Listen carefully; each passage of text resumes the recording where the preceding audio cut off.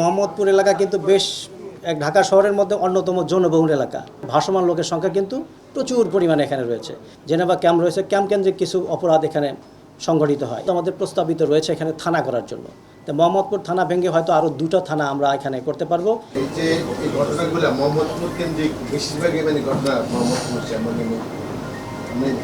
দুই মাস থেকে আমি দেখতেছি সবচেয়ে বেশি ক্রাইম হয়ে গেছে। তো আপনাদের পুলিশের কোন পরিকল্পনা আছে যে এই দিকে আরো বেশি করে আপনাদের দেওয়া উচিত?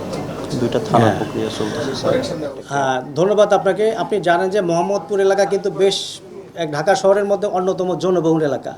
এখানে কিন্তু হিউজ লোকের ঘনবসতিপূর্ণ এখানে বসবাস, এবং বিশেষ করে ভাসমান লোকের সংখ্যা কিন্তু প্রচুর পরিমাণে এখানে রয়েছে।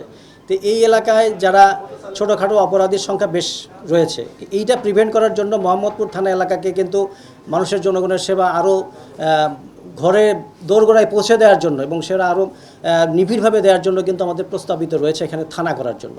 তো মোহাম্মদপুর থানা ভেঙে হয়তো আরও 2টা থানা আমরা এখানে করতে পারবো।